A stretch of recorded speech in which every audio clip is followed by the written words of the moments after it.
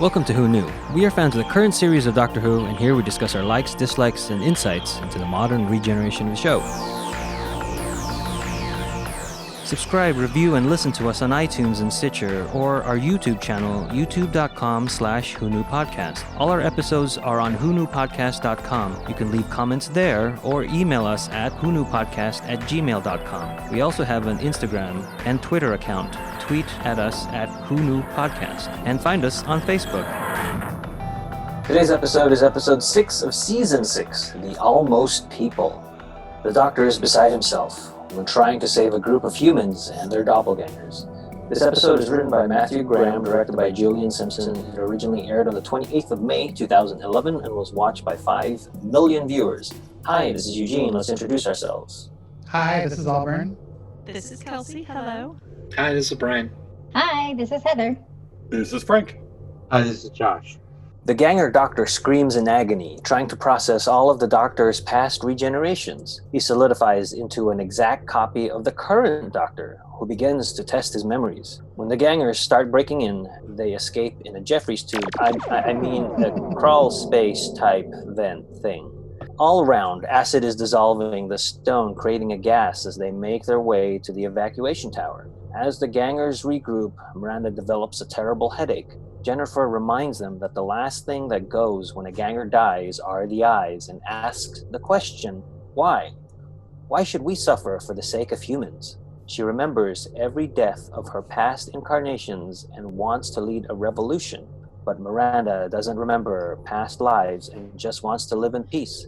Jennifer wins. The bells chime midnight, and both Jimmy and his Ganger wish their son, Adam, a happy birthday.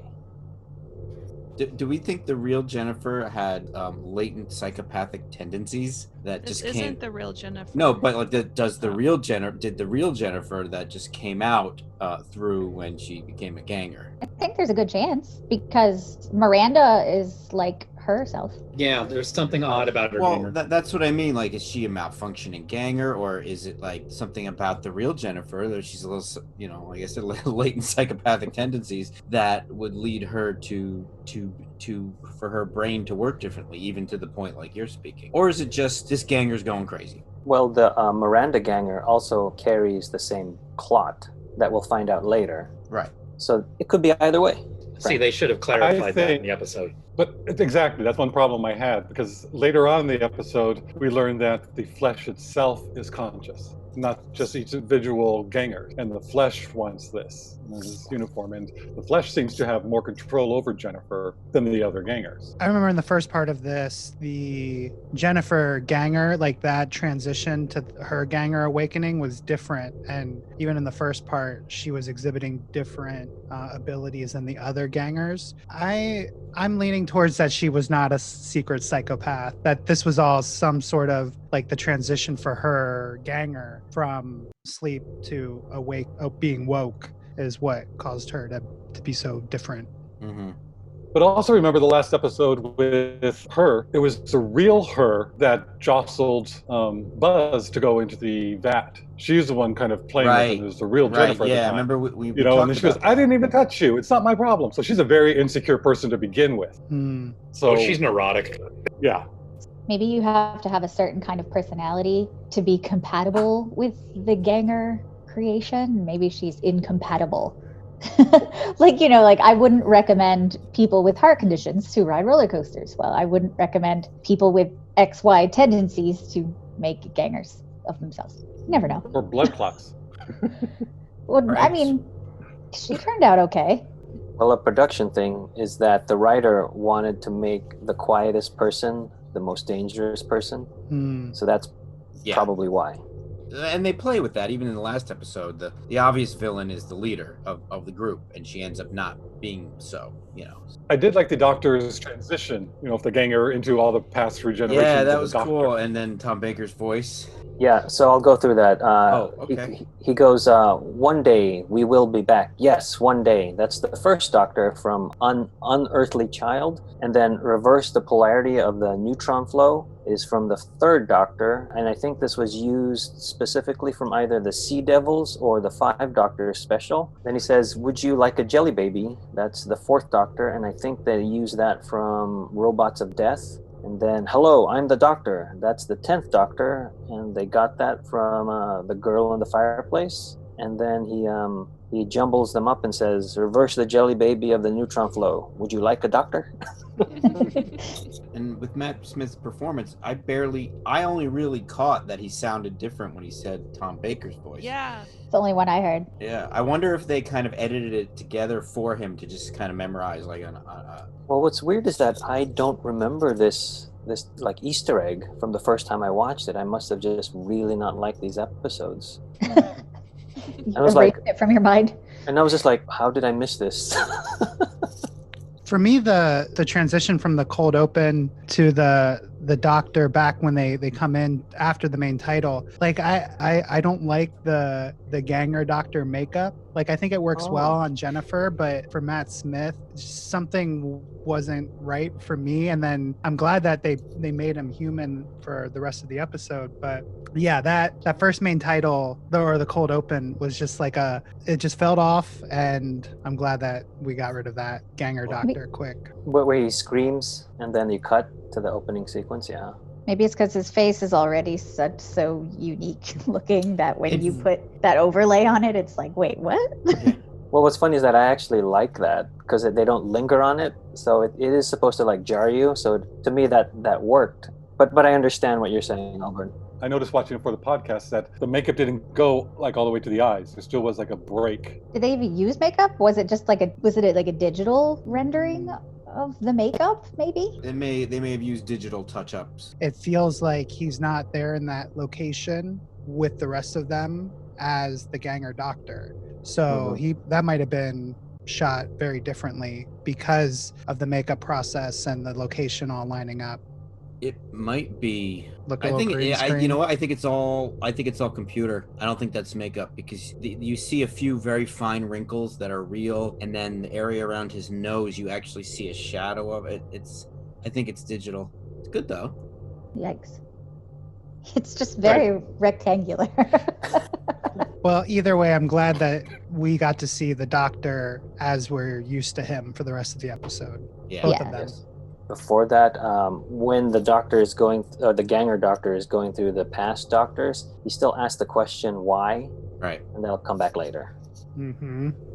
Also, when the two doctors are standing next to each other, they pan down and show the difference in the shoes. Right. They do that ahead of time to let everybody know, okay, we're pointing at this, remember it. I called that last episode. Yes, you did.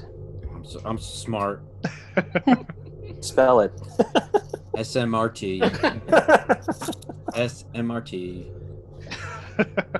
I thought it was great having two doctors just side by side and like just kind of basking in their own genius. Just made me laugh. Yeah, they're loving each other. We've seen it once before with the 10th Doctor, but really it just never gets old because what could be more fun than one Doctor? And I really liked the usage of the word yowza. I happened to use that word, so I defended him in that moment. Well, I knew you would like two Matt Smiths next to each other. Yes, of course I do. I mean, I'm making fun of him, but I make fun of him out of love. Yeah, the Yowzer reaction, that made me laugh when the other Doctor and Amy were like, "What? Are you using that?" It's a good word, guys. We really need to bring that back. Just saying. I liked that Jimmy, both versions of Jimmy, remember his son's birthday. Yeah, that was nice. Right. It's like there's these little nuggets that they put in that if they focused on would be a different tone of an episode. But I liked seeing some of these things. And I liked how they didn't say the same exact thing. Yeah. Because I was a little worried in that moment before the Ganger Jimmy remembered the birthday where he was going to say the same words. They're both in different situations. One is, from different points of view. They've started to become different people ever since the lightning strike. It really does make the whole concept of the Gangers more controversial. Obviously, you see something a little later that also adds to that, but at this point, I don't know, it just really lays it on thick. Yeah, but it works. I feel like it wasn't too heavy-handed. No, it was emotional. Yeah. I just got emotional talking about it. So the writing had a good balance of brevity with stuff like that in this episode. Yeah, and when Jenny's talking about the eyes being the last thing to go, that reminded me of the eyes are the window to the soul. So they're like the soul is the last thing to leave these bodies, and I think it's like that. Is it 21 grams where they talk about that being the weight of the soul, as well, just as a theory, because that's how much like oxygen is left in your lungs, and then when that expels, that's about 21 grams. It also reminds me of the ghost consciousness in the walkie-talkies from the library episode. Silence in the library. And then in that same conversation, Jenny asks why, and I really enjoyed having this moral question this time around, where I didn't even like pick up on it or acknowledge this question the first time I watched these episodes. The last thing to go through their minds is why, and that's great. And that changes a lot from last episode, because last episode seemed like the electric storm, the solar storm, changed the flesh, changed it to being more conscious, where she's saying, no, we always had that. And that's a terrible thought. That's the scary part, where they aren't just machines or something to help us do something, that we did create some kind of life and didn't realize it. It reminded me of Battlestar Galactica and the Cylons downloading. And every time, they remember dying, they remember, it's like, and some of them get really screwed up with all that memory piling on top of each other. Right, I forgot about that. I mean, one thing about both of these episodes is they do explore some really deep, like, science fiction tropes. Well, let's say staples. Tropes has a negative. Okay, sure. I meant in a positive way. Yes. They explore some stories that science fiction tells really well. So it's interesting that, like, I do not have fond memories of these episodes. Like, I don't revisit them. But as we talk about it, I mean, and as I watch current series up against these, they do explore similar ideas that we're still exploring today. So I'm still trying to figure out why they don't resonate. Maybe that is the reason. Yeah. Why the episodes don't resonate? Right. Like why I don't, go back to those in my memories or even on video. I'm a little on the odd man out on these, because I really like these two episodes, so much so that I'm surprised I don't remember them better. That's what I mean. Exactly. Yeah. I just don't like them. I think it's because the story was told differently. It was more of a them against us. We have to fight for survival in dealing with killing, rather than we've created a new life and does it have the right to live, and how different is it? It's focused differently. It doesn't really focus on those moral questions. In all our discussions, we this comes up a lot on our show, where we always say, I don't remember liking this episode as much. And I think what it has to do is, like you just said, the structure of this show is, oh no, the aliens body snatchers are coming to get us, and now they want to kill us, and should we kill them or are they people? And that's it. And I think a lot of times there's so many layers to Doctor Who that it takes a while to get to like the layer that's like, wow, that's really interesting. So you have to watch it on a few repeat viewings to actually start to do what Auburn was saying, and what you were saying too, that I didn't remember that. The later on we'll get to like the pile of the gangers and just that moment there's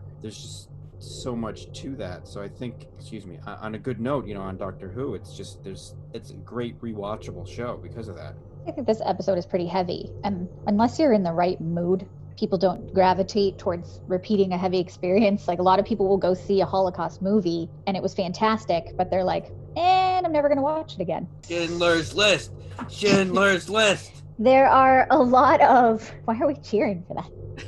I was making your point. Nobody does that, is the point. There is a lack of comedy in these episodes, particularly the second one, I think, for a Doctor Who episode. And of course there is some, because otherwise where would we be? But it's just heavy. So that means even if you did enjoy it when you watched it the first time, you're probably not gravitating towards it a second time or a third time. Well, that's funny you mentioned that, Heather, because when I wrote my notes, I found myself trying to point out more of the comedy because those were the good stuff. So I'll bring that up. But back to that discussion about the moral question, I just enjoyed Jenny bringing up the why, and it really made me like think of Blade Runner and like Roy Batty and his groups of replicants being the disposable workforce. That's exactly what the gangers are. But now, instead of just being an avatar like we discussed in the first episode, the Rebel Flesh, these gangers are now on their own people. They're like basically duplicates that don't need the avatar to be unplugged from, like they are their own. And it's like, why didn't I pick up on this the first time? And I'm glad that Josh brought up those comments about that. Also, it really bugs me how much time Rory devotes to Jennifer. And I guess it shouldn't, because Amy pulls this crap on him all the time. But but it still bugs me anyway. Ugh. Especially because of how she is. Yeah, what are they doing in the dark all alone? I got like third-hand jealousy, or second-hand. I don't know why. I don't know who the other person is, but yeah, I was like. For those at home, Heather just crossed her arms in a crossway. The doctors are fixing the communication system when Amy asks which one is the real doctor. They say there is no difference. Amy is told that the real doctor ruined his shoes in acid and had to get a new pair. She now has a way to tell them apart. The doctors restore communications, and Miranda contacts the mainland, telling them to evacuate her people and destroy the gangers. Miranda suspects the gangers are listening in, which they are, and she types a code word to the mainland crew. This will verify they're humans when they are evacuated. Well, duh. That makes no sense. Makes no sense. That makes no sense at all. If Throw something random. Yeah, why couldn't she have picked something out of the hippopotamus? But the other Miranda would have picked something out of the air hippopotamus. They're exactly the same. She should have asked I was someone. thinking, Yeah, she should have asked someone else in the room for for a password. Haha. yeah. Like she read something that was there. If there was an apple on the table, it would be apple. Right. Yeah, so I mean, it was a clever idea and a dumb idea at the same time. Like, she only thought it halfway through. Yeah. Well, I think part of the problem is this was 10 years ago, and we've all gotten much better at making passwords, than we were a decade ago. And but this is definitely one of my key problems with this episode in particular, is that the ganger Miranda has the knowledge that her human Miranda is out there and thinks the same, while human Miranda seems to forget that ganger Miranda is out there with similar knowledge. So because Miranda's very smart and strategic and would be. But you could also be thinking that those, like Miranda and Buzzer and the other guy, they still aren't fully accepting that the gangers are what they are. So maybe they're dismissing them to be, more of the evil bad guy monster. I feel like if you're getting to the point where you're evacing, I don't know, just use your brain. Yeah. Well, other things are on her mind. Maybe I'm expecting too much of these people. Well, yeah, other things are on her mind. Or don't use your brain. Use someone else's brain. I was going to say that this is the part where the comedy comes through, where the doctors are working on the communications console. And I love how it's framed that Amy is in the middle as the two just pop in and out of the left and the right of the frame as they finish each other's sentences. Yeah. When Amy makes the comment about how the ganger doctor is a false doctor, it immediately made me think of Rose and her false doctor that she lives in Pete's World. Mm-hmm. And I thought almost it was like a dig at her. Obviously, she doesn't know Rose, but it felt like a dig that the writers put in or something. And this is also the part in the Optimus quote, which I didn't write down the whole thing, but I just know it's a very famous quote from this show, and I always recognize those quotes, but I don't necessarily remember when they were said or what specific thing they were in regards to. So when I heard it, I was like, that's the one.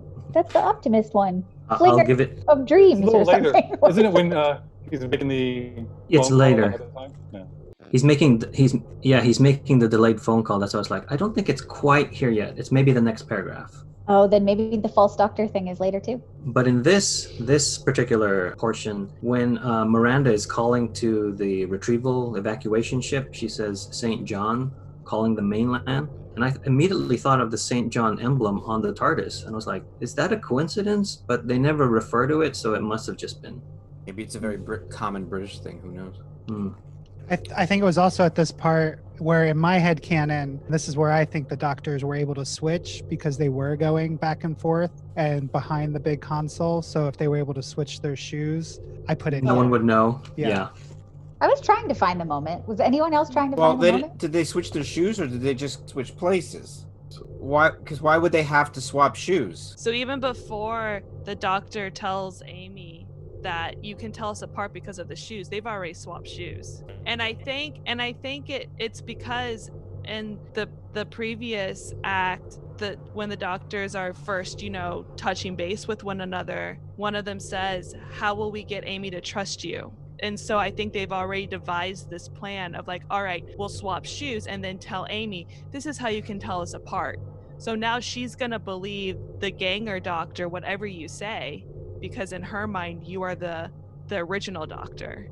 But that's the only way we're gonna get Amy to trust you. And again, Matt Smith's comedic acting just shines through in this when he's literally acting he's acting one portion and then he goes back and films the other portion. It's like they were there in the same room, like literally at the same time. It was great. With such snappy dialogue, like that's really good. He's great, guys. I'm sorry if you don't feel that way, but he's great. I don't think I've ever heard you say that, Heather.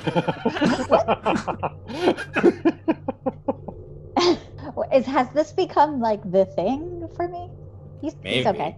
He's all right.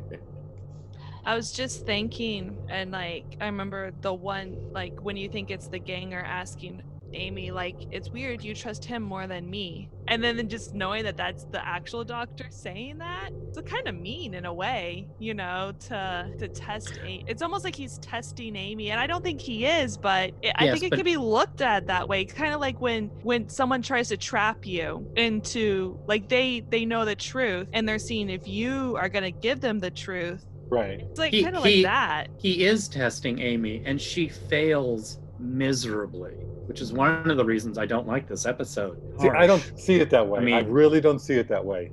But the way, especially how it wrapped up at the end, is that it's a scientific thing. He's not trying to trap her. He's not trying to do anything. He wants to see if people can accept Gangers equally or not. And that's all it is. And it's not a value judgment. It's not anything against Amy. And Amy sees that at the end, where she realizes, I did have that bias. I did have that, and I was wrong. It's another peacekeeping treaty negotiation in a different form. Yeah. The doctor is sending a delayed phone call when Amy sees the eye patch lady in the wall of the monastery. She tells the doctor, but he dismisses it as an odd time memory. The Ganger doctor says, "It's in my head," and leaves the room. Amy goes after him and apologizes for saying he is different than the doctor. She warns him about his upcoming death as the doctor. He grabs her and says that the Gangers remember their deaths, the pain, the eyes, and all they can say is why. Yelling at the Ganger to get away from her, Amy runs back inside and tells everyone they cannot trust the Ganger doctor. He tries to apologize while also trying to explain his and the doctor's connection to the flesh. It is more powerful than they first thought. It's growing and wants revenge. Amy tells the doctor that she can tell the difference between them. How is he trying to gain her trust when he's slamming her against a brick wall? Because I think, he's connected because he touched the flesh directly. In the first episode. Okay, right, so they made a connection and he had some reaction to that. So he wasn't completely under control of himself, is what you're saying. Right. He wasn't expecting it. He goes, wow, it's a lot stronger than I thought. And he was feeding through the flesh at that point. Or the flesh was feeding through him, and expressing itself. All right. I look at it as the writer sucks. I hate this scene. Never threaten a companion if you're the doctor. Unless you're the sixth doctor. Exactly. I was also saying to Frank, sometimes with Matt Smith, I don't like the way he portrays anger. Like it happened back with The Beast Below. To me, he's too angry. And I I mean, I want to say it's uncomfortable, but I know it's supposed to be uncomfortable. But for me, it was like, oh, tone it down. I mean, don't pick her up and slam her against the wall. You just don't do that unless you're the villain. I had the exact opposite reaction. I love these moments. I like the high drama of his acting. Oh no, I think he does it very well. I just think he made the wrong choice. I wish he had conveyed the anger, the same amount of anger in a different way without threatening Amy. He scared Amy.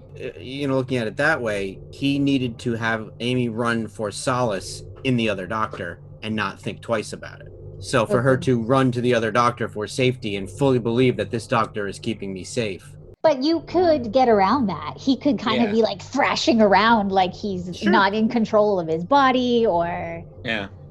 He picked her up and threw her against a wall. For all we know, though, Matt Smith did do that, and the director said, "No. Let's try the wall bit." You're like, you don't know, right? Yeah, it could. Yeah, it could also be direction. I just think that if it's in the writing, the acting, or the directing, it shouldn't have happened at all. There's something about Matt Smith's anger, a lot of times different than Tennant's, is that it's directed towards someone and it's not the person who's actually doing the thing that's wrong. What's that called? When you're deflecting your anger into the next person who's just there, and it's unfair. And that's what it seems like Projecting. Matt Smith's doctor does. And what woman doesn't secretly like being thrown against a wall? You can edit that out if you want. Let me take a note. But I still think that the flesh he was picking up so much emotion and anger from the flesh, but that he did lose it for a bit before he can get it back. Because even when he went back, the other doctor said, yeah, I felt it, but not as strong as you. I do have a question for everybody. Did the doctor hear what Amy was saying about his death? Or was he so wrapped up in the... Yeah, feeling? he did. Well, I think Amy's thinking it is and going, this might be a hope. We might kill the Ganger doctor rather than the Ganger doctor's the one who died. He might be the one who's doing it. Oh, I see. That's what I think. She has hope. Yes. She has hope. There's a lot in that scene that's not explained. We mentioned this earlier, but the doctor is making a delayed phone call. Amy asks why. The doctor replies with, "Because, Amy, I am and always will be the optimist, the hoper of far-flung hopes and dreamer of improbable dreams." That's the quote you were thinking of, Heather. Pretty sure it said something about dream flingers earlier, but you got the idea. Yeah. And then that quote is great in that scene. And then Amy goes, really, there can only be one. I thought immediately of the Highlander because Amy's Scottish. They're Scottish and they're in a castle. And this exchange of dialogue happens right before the eye patch lady appears. So this quote is like a favorite amongst fans. Is that this is the episode that it came from? I see it on pillows and bookmarks, and I don't think we ever hear it. This is the first time. It's a good monologue. That is cool though. Now that you say that out loud, when I did hear it, I was like, that was it? That was the quote that I see on pillows? And oh, okay.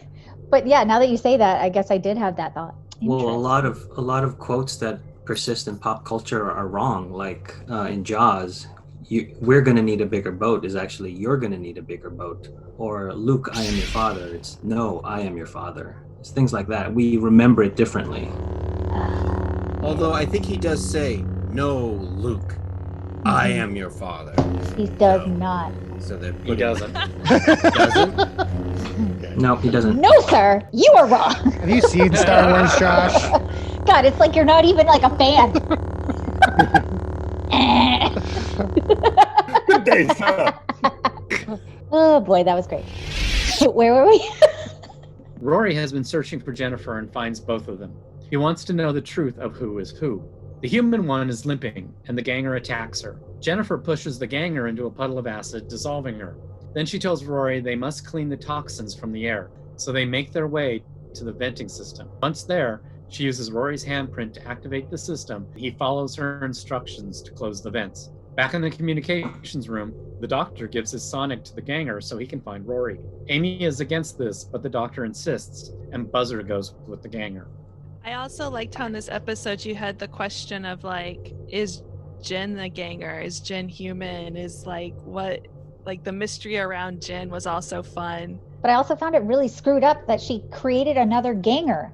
Just to kill her. That's the whole point. I thought it was weird that she did what she was trying to fight. But I think that truly proves that she's off her nut a little bit. Yeah. No, I think that's the thing is there's good and bad on every side, Because she would, if somebody had asked her, she probably would have said like, "We have to sacrifice a few for the many," or some thing like that, you know? You have to crack a few eggs to make an omelet. Right, precisely. But then the humans could make that same argument with the gangers. That's what always happens. Like the oppressors or the oppressed, when they get power, they become the oppressor. It's all Animal Farm up in here. Yeah, they turn on their own. Yeah, Animal Farm. Mm-hmm. The Two Gens is like something that I've been watching in cartoons since I was a little kid. Like, Yeah, I'm the real one. it just looked a little stagey the way she was limping. I'm like, what are you doing there? Like trying to make it look super obvious. It didn't. It's probably because of the staging to fit two of them in the same frame, but it looked really awkward. And then Well, she was also limping in awkwardly. that's what I mean. Yeah, it was just awkward staging. It's weird because now it's not the real Jen; it's the other ganger Jen gets dissolved and she starts melting. I immediately thought of the Wizard of Oz, the Wicked Witch melting, or in Roger Rabbit, Judge Doom's dip. Spoilers. Well, because it almost seemed like she was saying why she was melting, like the way she kind of kept. Yeah. Her mouth kept gaping open, like she was either gasping for breath or still talking. And I was checking to see if the eyes were the last to go. Right. Like, oh, nope, there was a drop. That drop lasted longer than the eyes. Yeah. And also, like, the juxtaposition that they do in this episode, pairing Amy and Rory's experiences back to back. You know, this scene comes right after Amy tells the doctor that she can tell the difference between them. And now Rory is going to be faced with the same decision. Which one is human? Which one is ganger? But Rory also falls for the, I can't turn the wheel, I'm just a girl. My notes literally say, dumb Rory, ... Aw. Yeah. But this is also where we get some comedy, where Rory goes, "I'll bring out the big guns," Yeah. and then he makes it look like I shouldn't have said that. Right. The one piece of comedy within 30 minutes. I'll try to point out the others. Anyway. Well, back with the other people, I thought that was a pretty interesting scene where at one point the doctor scans Miranda, you know, but at the exact same moment as he turns on his sonic, the communication goes out. So it's like, is he cutting off the communication or scanning Miranda or both? I think that was a coincidence. I think it was a TV coincidence. Yeah. It just seemed weird because he also looked like he was doing something he shouldn't. I also think this is one of He doesn't want to get caught. the earlier instances of the Sonic turning into a super tool. It's doing a lot. But it's also one of the main problems with the Sonic in this episode, which drives me nuts. Because there are two Sonics, and who has how many at what point, and it doesn't track right when you try and follow it. Well, when the flesh duplicates, it duplicates completely. So there should be at least two. Oh. Right, just like the Right. tweed jacket and the shoes, it created a Sonic. It's part of the plan Mystery? of the doctor. The mystery. No, part of the plan of the doctor to throw them off. Because the one that has the ganger doctor who scans Miranda has the difference between the human and a ganger in there, so that Sonic can track humans. It can tell the difference. So that's when he throws to the real doctor who's going out to look for Rory so it could be trackable. Because it scanned that, so it has that information in it. Honestly, if they just whipped out the Sonic and used it like normal without showing the whole tossing it to each other, I would have never thought twice about any of it. I think this is one of those moments where rewatching doesn't help, because then you can't track where things are, where like Blink is always the golden standard of that, where everything is consistent when you watch it for the first time, for the second time, for the umpteenth time, where things like where did they change the swap the shoes and where did they get the screwdriver, these things aren't given to us. It's kind of like we have to backwards engineer it into logically work within the story we're given. Right. Either some of the script person or the director, or they cut out a scene where something happened or rearranged it in a different order. But if you have one, you can kind of give that a pass. But once you start putting more than one, that's where it becomes like maybe tedious is the best word, where the DVD conversation with the 10th Doctor and then Sally Sparrow at the end, that tracks all the way through that episode. Right. Yeah, we're looking at it through a bigger magnifying glass now. I have a feeling there's not a mistake about that in there. I'm sure I would think everything's deliberate. whether we know why or not. Well, I'll tell you the problems I have with it, Josh, when it comes up, and then you can try and make it work for me, because I still have a problem with it. Frank have problems? That no make sense. Miranda, Jimmy, and the doctor can't understand why Rory closed the vents. This will increase the temperature, boiling the acid, and the pressure will kill them all. The ground starts to violently shake, and Miranda contacts the mainland ship to tell them that they need to move the pickup spot. Before she can give the code word, more quaking cuts off the transmission. She and the others go to reactivate the vents. In another room, Ganger Miranda takes over the transmission and says that the pickup is to be moved to the courtyard. She guesses at the code word and is correct. Duh. Just again with like the idea of programmable matter that turns into people that you remote control. I mean, even in the first episode, the crew seemed to have some anecdotes about the flesh malfunctioning on other mining operations. So you would think like maybe not be prepared for the flesh becoming real people, but there should be some contingency plan to when you're dealing with things that look like real people. I would think some of the security going into that would be coming up with how to deal with that. Yeah, you'd think that, but how many times has technology just been pushed through because we can use it right now, and it's in beta. I also think that, and as I'm saying that, I'm realizing the current situation that we are in with the world. So yeah, maybe it's not a stretch to not be prepared for. Well, earlier on, the doctor said that, in the last episode, he arrived and Miranda goes, well, what do you want to see? He goes, you know what I want to see. And it was introduced to us in the same way to the doctor going, this is a new technology. We have the flesh. This is something that's happened before. There have been some quirks, so they've worked out the bugs, But on one scene when Ganger Jen is telling them that she tried to fight the memories, but now she's embracing them and remembers everything and what's going on. One of the people also mentioned that there are 10 million Gangers in India, that the kids have this revolution come.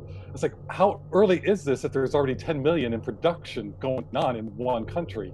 It seemed to me contradictory in that this is the early stages of the flesh. Well, on that question, different countries have different standards. I mean, maybe in America that they're not even using the flesh because it hasn't passed the FDA, or whatever. Plus also 10 million gangers in India. No one would notice. That's a scary thought, them just infiltrating. We never know.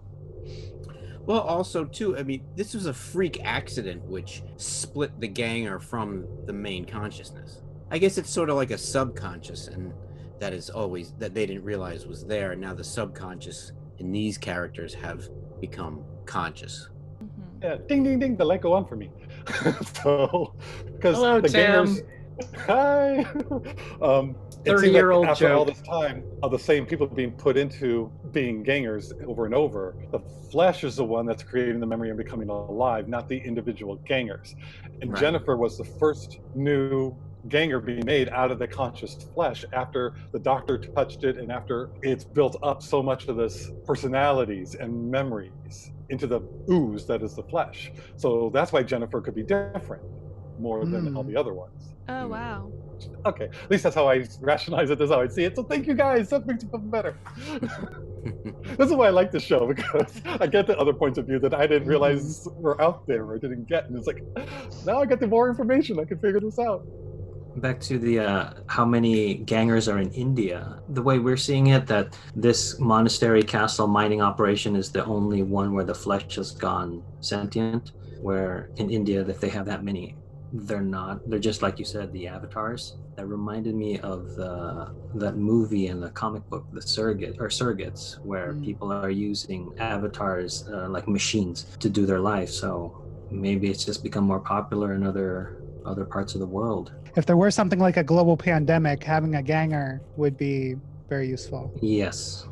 There was a line in the first episode where they said, remember there was that weird incident over at such and such a place with their Gangers? Yeah, there was in So- the first episode. They've had troubles with Gangers before, We just don't know if there's some kind of electrical, spike that did it, or were they using Ganger so often that it then got the consciousness because of the repetitive of these same people being used.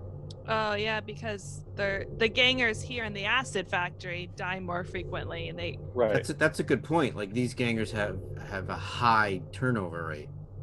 Jen is putting something on the wall that's just kind of a goop. I didn't pick it up that it was flesh at the time, but she's just doing something to the wall, and then you see later on what it is, and it's just freaky. Yeah. Oh, Jen does It's that. psychotic. No, she's sitting there like really creepily, like touching the wall. I thought she was putting flesh onto the wall. I didn't know what she was doing. Oh, I didn't make that connection either. Right. Yeah. Do you remember that scene now? Yeah, it didn't happen the first time. You didn't know it, and then you just forget about No, it. she just looked like some psychotic. I really hate her. Like, it's not like she's just like evil. She's like twisted and gross, and I don't like her. But like, if you think about that scene, like, what does it do other than it's for a creep factor, for the scare factor? If they had done something else to do the motivation. Well, he does say that the eyes are judging them for judgment. That's not enough. No. I thought it would have been. It's just bad writing. My initial thought of it was that she was using it to spy. That would be the perfect use for that.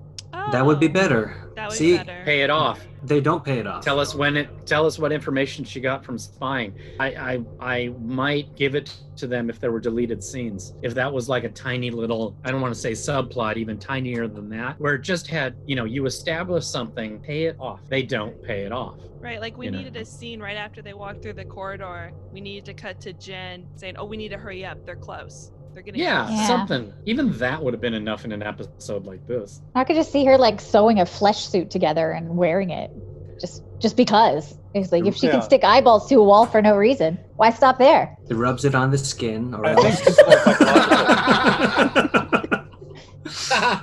To me, this is again style over substance, and the problems I had with the beginning of the season, where we're just doing this stuff for creepy horror scare factor. We're not paying them off like Brian has mentioned.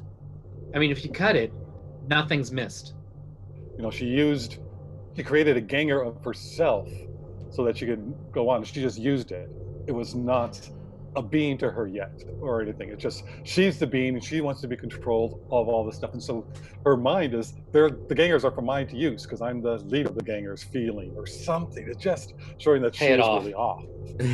I don't know if any of you guys just have realized this already, but she did the same thing that she's accusing the humans of. Yes, I did. I was going to say that in the next paragraph. Yeah. I have that note too. Yeah, exactly. It's like, what the hell are you doing, woman? Thing. Frank had to point it out to me when we were watching it. When we see the eyes on the wall, I don't suddenly go, that's what she was doing on the wall. I don't think it was done well enough. It was like, have a better, when she's putting the stuff on the wall, show us a better angle of what she's doing and maybe have it be, eye-shaped. Or what if the camera was like the eye and it was looking like right at her face and it was like blinking? Oh, see, that would have been cool. Fun. That would have been creepy.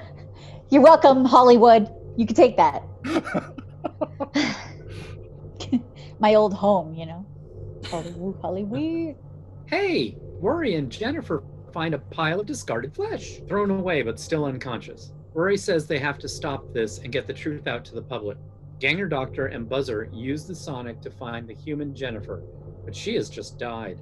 They realize Rory is with a ganger. Buzzer knocks out the doctor and continues his search. He finds the ganger Jen with the discarded flesh, but she is stronger now and grows to devour him. Once in the venting room, the doctor says that the damage cannot be stopped.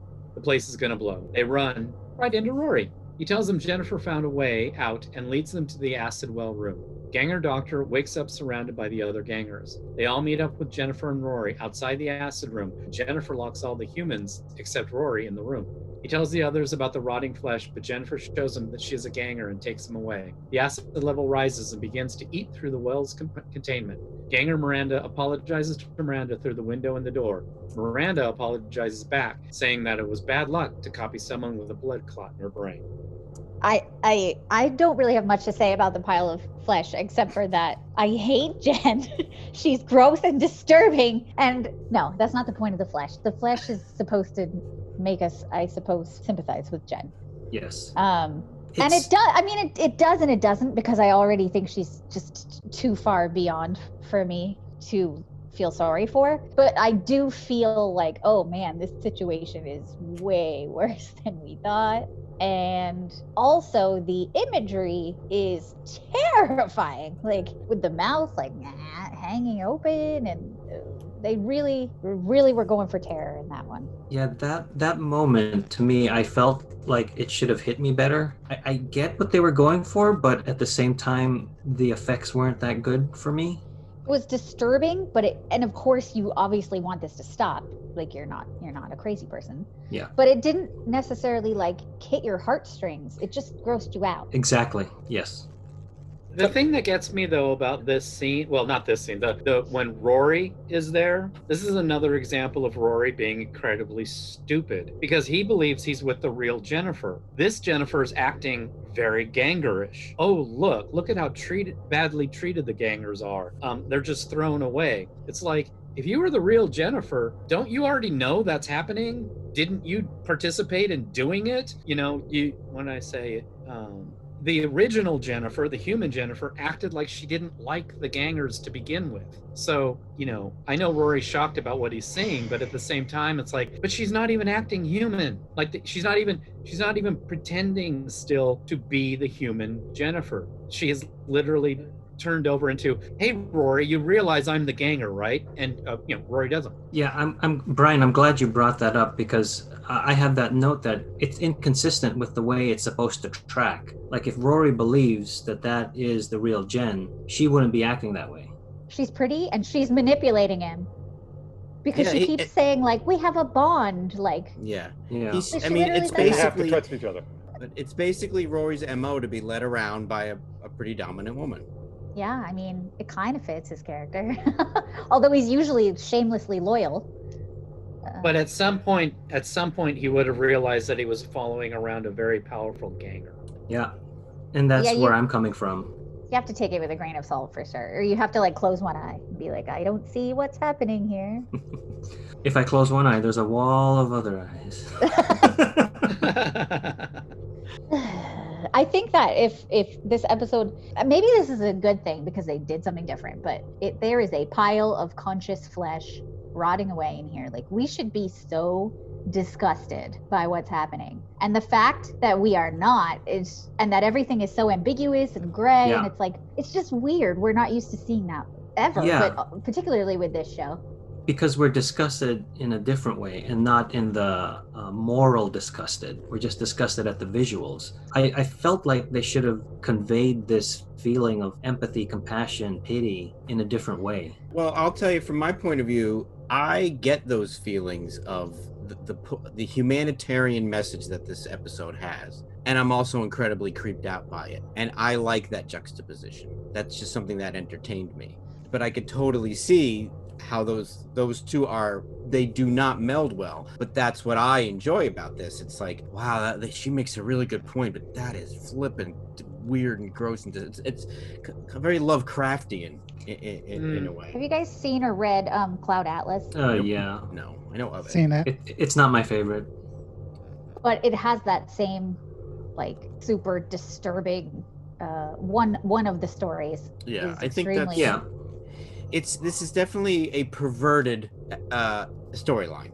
I am leaning towards the fact that it was a conscious decision.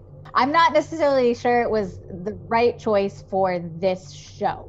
I would agree with that. I think it's the package that it was delivered that is off-putting to me. It's not the juxtaposition that you're talking about, Josh, that I don't care for. It's, again, probably the package.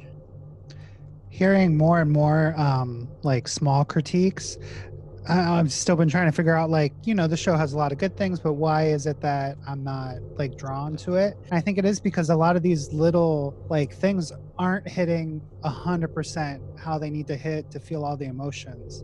So, you know, we love Doctor Who and we're willing to forgive like a couple missteps and still really love an episode, but this one, it just keeps feeling like we're almost on target, but we keep missing like just a little bit, and so it makes it like harder to love the whole. Yeah, I agree. And especially like this pile of bodies, it is hard for us as a human audience to sympathize with them because they are so alien looking, but they lack all those key things that humans need to feel sympathy with something else. It just looks like a gray blob. It reminds me a lot of your favorite episode, Love and Monsters. Love and Monsters. The Absorbaloff. The Absorbaloff, and yes, very much Absorbalofty, and also the woman at the end. Doesn't she get put in like a slab of concrete? Like granite? Like it's that same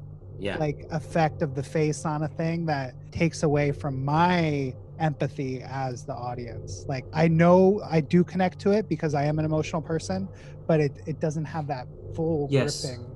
And I think now that we're talking more about it, that if it had been like a room full of discarded like people, like ganger people that retain the form of people, and maybe they're aging because they were discarded several years ago, and maybe because their limbs fell into the vat of acid, so they were deemed disposable. Like to me, that would have hit me more emotionally, because now I see that this is somebody that looks like me, that is now aging and kind of put into this isolated space where no, they're conscious, instead of like this pile that I have no connection with. And the way that they stumble upon the pile, Jennifer might not know. Like it seems to me like it's in the sewage system, like the acid has washed all this out. This pound of flesh just kind of got stuck here as it was flowing out. So it's not like the humans are dealing with it. It's like this is the trash. Like they're not. It's below even what they're looking for. It's just. I mean, again, it's just like there's something missing that allows me to connect completely to it on an emotional level. Like now that you're mentioning the garbage stuff, like what if they flushed the ganger body thinking that it would dissolve, but it doesn't? Like to me, that's more powerful. Like, oh, we thought we were doing the correct thing, but it turns out we're not, because we didn't follow the process all the way to the end of the line. Mm-hmm.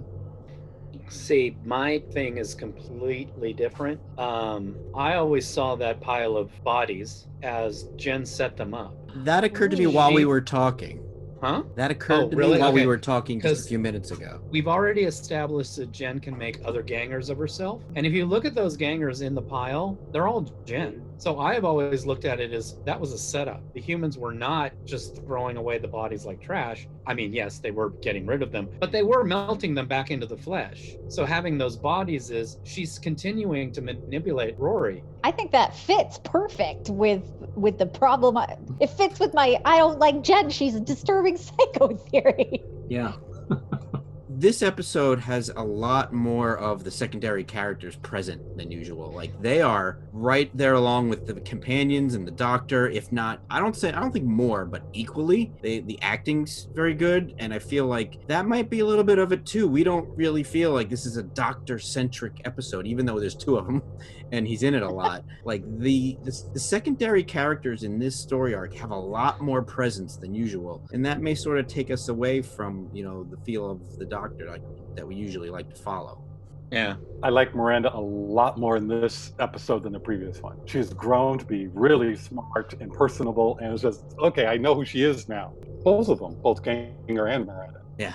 This is the episode she has growth, so that's always going to be more interesting.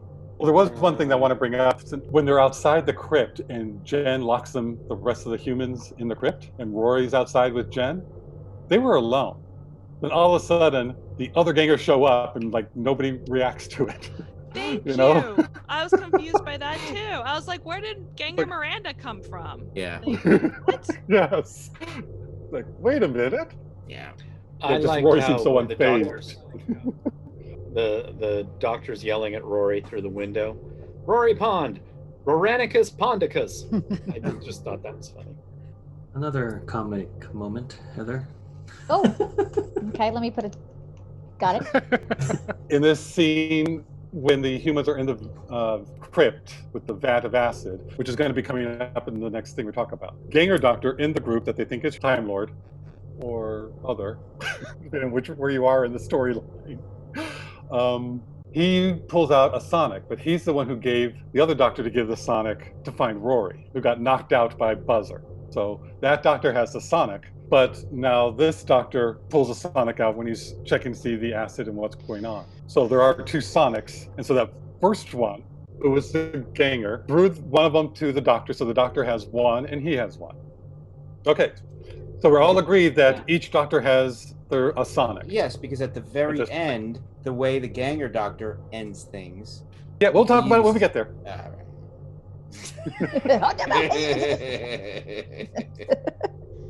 The gangers are in the mess hall, waiting for the pickup. Rory is angry at Jennifer for lying to him and tries to leave, but is stopped by the ganger doctor. A phone rings and the doctor answers it. It is Adam, Jimmy's 5-year-old son. Ganger Jimmy is so moved by seeing his son that he runs to save the others. Miranda shifts and says to drain the acid in the room to save the humans, eliminating the immediate threat. But Jennifer still believes that war is the only way and runs out.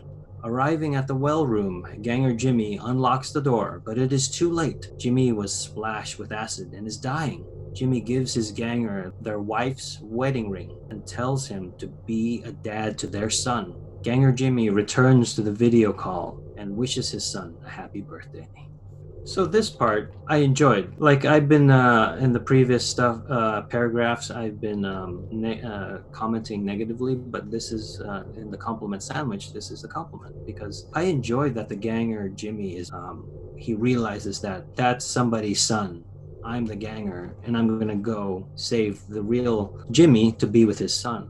And then it shifts on me because the real Jimmy is dying, and he is able to say be a dad to our son, and I really enjoyed that shift. And even when there's a bit of comedy when he says, I look good from this angle. This feels like Doctor Who to me. Mm-hmm. Yes, and I think that's why I like this scene. Yeah, it's more poignant and there's a play. I mean, the creepy stuff is fine. I like creepy stuff, but it, like I said, it just doesn't necessarily ring true to Doctor Who for me. And this is more what I expect, what I want, really, why I watch the show. I will say, I think this kid on the phone call is more annoying than cute, but that's just me. But I like that we actually have an Adam that I can like instead of an Adam I hate. I forgot all about original Adam. What do you mean? How could you forget him? One area that I can't suspend my disbelief is that a 6-year-old kid would have the attention span to stick around for a phone call. Well, the guy ran out of the room the whole way to somewhere else, got the other guy, had a touching moment, and gets back, and the kid's still there, like, yeah, where's my waiting. dad? Yeah. You don't know that. What was Jimmy? Was it Jimmy? What was he even doing? Like holding down the he top was of the acid well. Yeah, like, that was boiling up from the earth. Yeah, I'll keep it down, guys. Don't worry. I got it. Yeah. From this show. No, I agree. So hey, Eugene, jarring. I know you said at the beginning, but who's the writer on this? Are they a new? I think did he write the last episode too? I think you mentioned. Oh yeah, he did. So this guy, Matthew Graham, he did The Rebel Flesh, Almost People, and Frank's favorite, Fear Her. Oh dear God! Of course he did. Well, that's probably. Which one is Fear? Yeah, which one is Stop Fear? banging the wall, Brian. The one where they whisper, because it's in Chloe's room. The ASMR episode. Chloe's room with the scribble. Yes. Yeah, yes. that was one of my favorite ones. Yeah, obviously this writer has some disturbing things going on. If you're listening and need to get some counseling, email us. BetterHelp.com, Talkspace. You can all do that from your home now. Most therapists do. Well, I hope that I'm trying to be balanced with my criticisms and my praises. So hopefully, I'll have some more praises as we go through. I think we've been more than fair. Oh yeah. No, I'm just thinking of myself. I think you've been more than fair because even you're also acknowledging that it's not necessarily bad. It's just not the right venue. That's all. Right. So that's fair. I just wanted to say that out loud. Me too. Okay. They leave to go to the rendezvous location, but are confronted by Jennifer, who has morphed into a strange elongated monster. Right. Dickon tries to give everyone time to escape by locking the door and is killed by the monster. But as luck would have it, the TARDIS crashes through the ceiling near the doctors. Miranda, Ganger Dickon, and Ganger Jimmy run into the TARDIS. Ganger Miranda, the doctor, and Amy are still holding back the door. The doctor says he is staying behind, but Amy says she won't leave without him. Ganger Doctor asks her if she would rather that he stayed instead. Amy says no, but he is just not the doctor. Then he tells her that the two swapped shoes, and he actually is the real doctor. They needed to know if people would treat the gangers differently. Amy hugs the ganger doctor, then she and Rory run into the TARDIS. The doctor gives a sonic to his ganger, and then joins the others. Ganger's doctor and Miranda open the door, releasing the flesh monster, then use the sonic to destroy it, and themselves as well. So this scene I like. I did enjoy this. This moment where it's revealed that the ganger doctor is actually the real doctor to Amy, and Amy has that shift in herself. I enjoyed that. But what I don't like is that the TARDIS just pops out of nowhere very conveniently. Like at no point was it set up earlier that the doctor was working on getting the TARDIS back. The only thing is that Rory says, oh, there's a tunnel that might even go underneath the TARDIS. Yes, yeah, he but does say that. But I'm saying the doctor isn't doing anything. Rory had to say that. But what would have sat better with me is that if the doctor goes, based on these schematics that I've looked at, this is where the TARDIS is going to fall. Instead, it seems very happenstance that they're right there when it falls. Just or if he moved someone, like they ran in, and then he had to move Miranda out of the way because he knew the TARDIS was going to fall there. See, and that would have been another tick mark on the comedic moment chart. Mm-hmm. Just like earlier when the doctor's going ring ring, we don't know what that's about. They could have done that with Miranda and moved her, like you said. And they could have had both doctors using both sonics and use that as collating the coordinates. Yeah. And then they put them together and X marks the spot. Exactly. Yeah. I thought they were going to cross the streams and destroy the universe. Never cross the... That's bad. That's really bad. I did like Amy when she realized that she's been with the ganger doctor the whole time and then hugged him twice the man that I thought they were. I mean, she came to the realization. That was a great line. It was just a great moment of her realizing he has the doctor in him. He is unique and special in his own right. It was just really nice. And Josh, this is where the doctor throws the sonic back to the ganger doctor. So now the ganger doctor has two sonics. Or they switched him off screen. I don't know, because when he does do that, and then when we're on the TARDIS, he has his sonic, which is the third. That's why it's something with the continuity just didn't gel. Either a scene was missing, or the continuity person didn't think about it, or they had to rush a scene to film. So it's like, oh, he just has it. Well, then, chances are there was a scene that explained that, and they had to be cut, and they went to. He was like, well, then it happened off screen. They're passing the sonic back and forth as we don't have to see it every time. But that's what you have to keep track of if you're going to do something like that. It's any kind of, a lot of time travel episodes have that problem where they didn't see the reaction of some episodes. So if it's done well, it's great and it works. And if it doesn't, it's just, why did you have that? Why didn't you just have them have their own sonics the whole time? You didn't have to pass it, and you didn't have to pass it back. The fact that we're having this discussion is just a big red flag. I was going to say that to me, this was where I was done, although I turned out to be wrong. This is where I was done because it came right after Jennifer morphing into a monster, really for no reason. It's like somebody was saying, you know what we should do again? Those really bad CGI effects from Lazarus Effect. That's what we need. It's like, why are you doing this? Why at the last second is like suddenly becoming this long-armed crawly thing that looks terrible? We've already established she's pretty strong and she's getting stronger. Just have her be strong. It's one of two things that they said. There were certain executives who said, we want a monster in this episode, so have these all got people turn to a monster at the end. Like, that's just what you need to do. But we can't have, even if she's in spooky makeup, we can't have a young cute woman get killed by someone who looks like our hero on screen, because kids watching that won't understand. They'll just see Doctor Who kill somebody.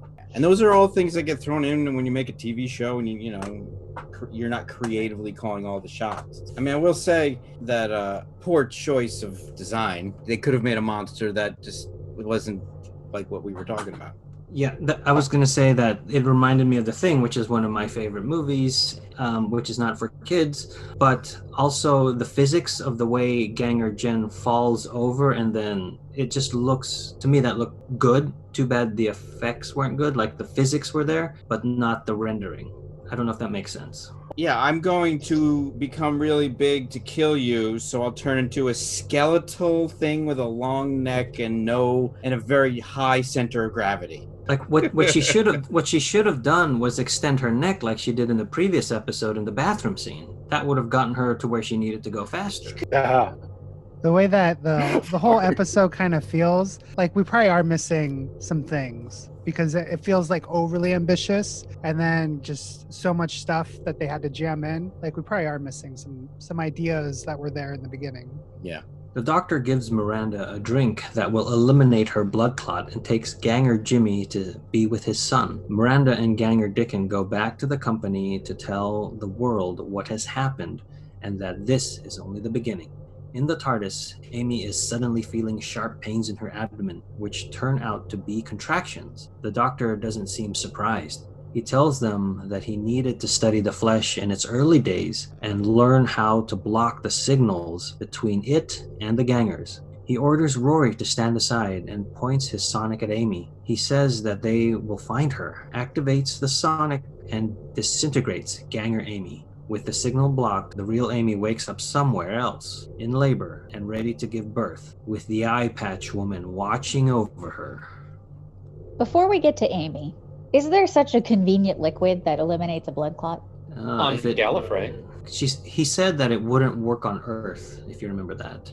Yeah, they don't have a They cure didn't on have Earth. anything. No, they didn't have a cure on Earth. That was a nice bit of Miranda going, "So you're not a weatherman," and I'm, it's like she realizes he's from somewhere else, and they haven't really explored space as Oh, much. that's what that line was for. I didn't get that line about not being a weatherman.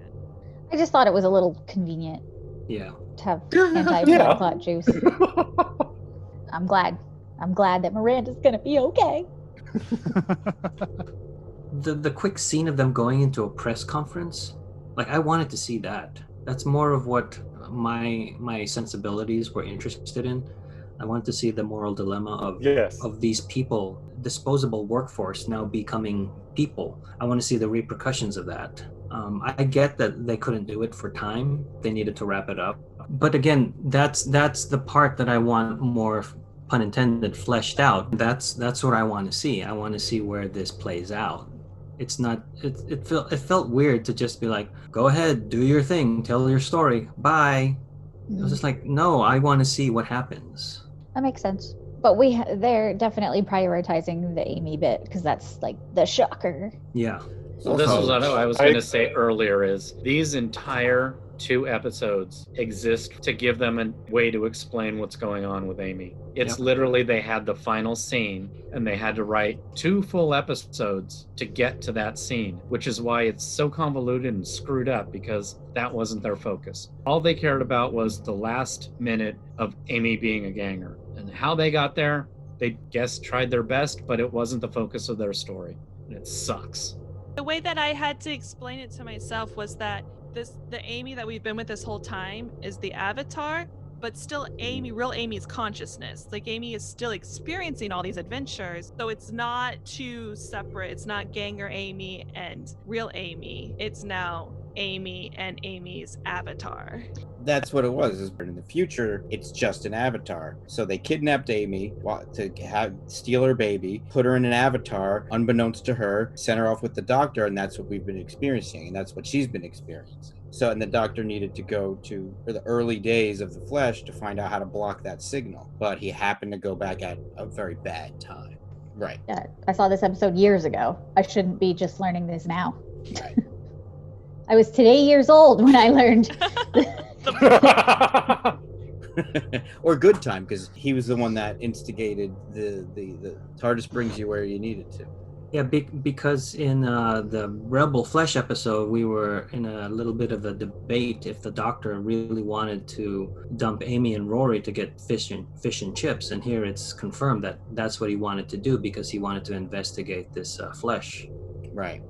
I like how Rory, after what he went through with Jen, all the different Gens, Right. knows that this isn't his real wife and backs away. in those final and moments. It kills him, but it also kills him that Amy's still out there, and it's like I felt so much for Rory at that time. And see, this is Amy, but it's also not Amy.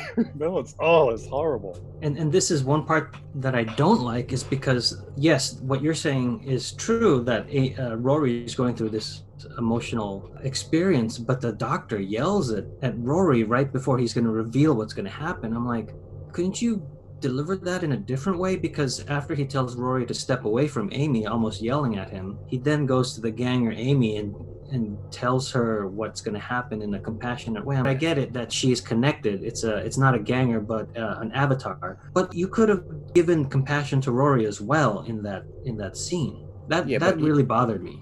I agree with you, Eugene. I didn't like that he could have said it a different way. I think it could have been done differently. I agree with you on that. Yeah, because to me, when something is that serious, you're not going to yell. It's kind of like when people tell stories of when they've done something wrong and then their parents were super disappointed. It's not the yelling they remember. It's the quietness of their parents' reaction to what they did that they remember. And then to me, that would have worked as equally as well with Rory's like, no, Rory, this is serious. This is serious. You need to move away from Amy now. Yeah. On a different note, when it's revealed that Amy is pregnant, when I first watched this, I was like, what is going on? And I immediately thought of the original V and the lizard baby that happens at that miniseries. Elizabeth. I did like the foreshadowing. Even before we get to the end, the Doctor is telling Amy to breathe, breathe, pond, breathe. Like if you watch it again, you see that, oh, yeah, the Doctor knew long before the audience does. Yeah.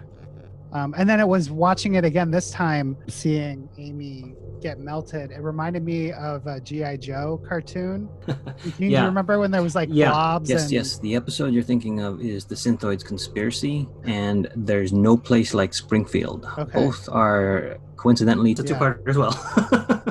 But just I remember that G.I. Joe episode, seeing people melt and be plastic, it's in my brain now. So thanks, G.I. Joe. Well, knowing is half the battle. G.I. Joe. I won't go through the cast because we did that last episode and nobody changed. In the beginning, the Ganger Doctor mentions Cybermats, which is a reference to the second Doctor, Tomb of the Cybermen, because that was the first time Cybermats were introduced. It's part of the Ganger Doctor kind of stabilizing, because he was spouting off all those other regeneration quotes and things. Oh, okay, right. The Doctor uses the John Smith alias. Yes, I got a kick out of that. The Castle Monastery location, we mentioned it last episode, and I found out the name of the castle. It's still in Cardiff. It is Caerphilly Castle in Caerphilly, Cardiff. I'm probably saying that wrong. And they revealed that it is actually haunted by the Green Lady. Ooh. So the Almost People, does this episode live up to the promises set up in the Rebel Flesh, the first episode of this two-parter? No, I don't like these episodes. Don't like them at all. The first one didn't even promise that much, and the second one didn't even deliver on that. I hate these episodes. I will never watch them. It's like my whole opinion changes because of the last couple minutes of the episode. I mean, did we get what they came for? Yes. Was it just I would have said yes, that it lived up to whatever, if it wasn't for the last couple of minutes of the episode. But that last few minutes really throws me off, especially because I had no idea even. Anyway, I'm just kind of babbling, so I'm gonna go with no because of the last few minutes. End of story. I like these two episodes. I like the story that it's telling. I still have those issues with the ending being a different story than what they're trying to tell. But I do think this episode lived up to the beginning of the episode. And the ending with Miranda and Dickon going into the press conference to tell the truth, that finished off that storyline. I just wish we would have seen it more. I thought there was a lot of good parts in it. I liked it a lot better this time watching it. I was happy with it. I just wish it was one episode rather than two. It didn't need to be. And if the reason for it was just to show Amy being an Avatar ganger, this was the wrong story to tell for that. But as the story, if we cut off those last few minutes as a story that's telling, I thought, yes, it did fulfill it, and I thought it did it a lot better than the first episode. I didn't know we were allowed to cut off the last few minutes. Yeah, I think I agree with Frank. It wraps up all the characters. I do think that it is kind of convoluted, and it's very complicated. There were a number of complicated things they were trying to do, and they probably had to leave some stuff out because of production. And as a result, here we are probably watching this a few times over and still a little confused about some things. So as I've been saying, I really enjoy these couple episodes, and I do think it does pay off. Not well, but well enough for me. For me, I think the question that was set up in the first half is like the question of gangers, and do these gangers have the same humanity as humans? Can we give them the same respect or whatnot? But then they threw the last 5 minutes and made me question everything I thought I had just learned. And no, it did not live up. It would have, but it didn't. So no, this second part did not live up to the first part. With my no is that it does pain me to say no, because I do like this story without the last 5 minutes. So my no comes with a lot of pain, but it's a no. Remind me again, this is like this is the last episode, and then we have like a mid-season break before coming back. Yeah, there is one more episode before the big break between the first half of the season and the last half. So this is leading up. We have one more episode before it goes on hiatus or whatever. Well, I think I'm going to say that it does not live up to the promise of the first part, and not because I don't like. I do enjoy the storytelling, and yeah, for the first time when I rewatched the first part and see the acid suits and everything, like it's all the stuff that I like in science fiction and Doctor Who. But I do think they had an opportunity to explore like more of the personal connections in the second part, and they did that with Jimmy a little bit, but it would have really been the time to explore Amy and Rory if we're about to kill Amy at the end of this episode. Like, yeah, it had a lot of big ideas. It was very ambitious, but I don't think it hit where it needed to hit for me to give it my thumbs up. When I saw this again for the first time in forever, or I guess the first time since the first time, the red balloon at the end immediately made me think of It. I did not think of anything kid-like. I thought of horror-based stuff. Family of Blood. Yeah, but in this recent zeitgeist, it just came to my mind. Yeah. I'm going to try to do the compliment sandwich here as well with my final thoughts. There are toys of these gangers, and I see them on shelves. So there's something that I think they were thinking that these would be more popular than they were, and they weren't. And then I don't see a lot of people cosplaying as the gangers either. It seems like a simple costume to do. And then I like the moral questions that are asked, and I don't know why I didn't pick up on these for my first go around. But these are things that I like that are staples of sci-fi, the morality of what do we do with the disposable workforce once they become sentient? What is our moral obligation to them? And I think it's great that at the end, the ganger doctor and Miranda sacrifice themselves. That moment hit the emotional beats for me, where a lot of the other stuff didn't, like with the pile of flesh or pile of discarded gangers. And then the motif of why, I liked that as a story throughout the whole episode, mainly in the second episode, not the first episode, where in the beginning the doctor asks why, Jenny asks why, and it just keeps getting asked throughout the episode. And along with the eyes are always brought up. Like the eyes are the last to go, and then at the wall of eyes is What is the purpose? To pass judgment. There are these things that I picked up on this second viewing.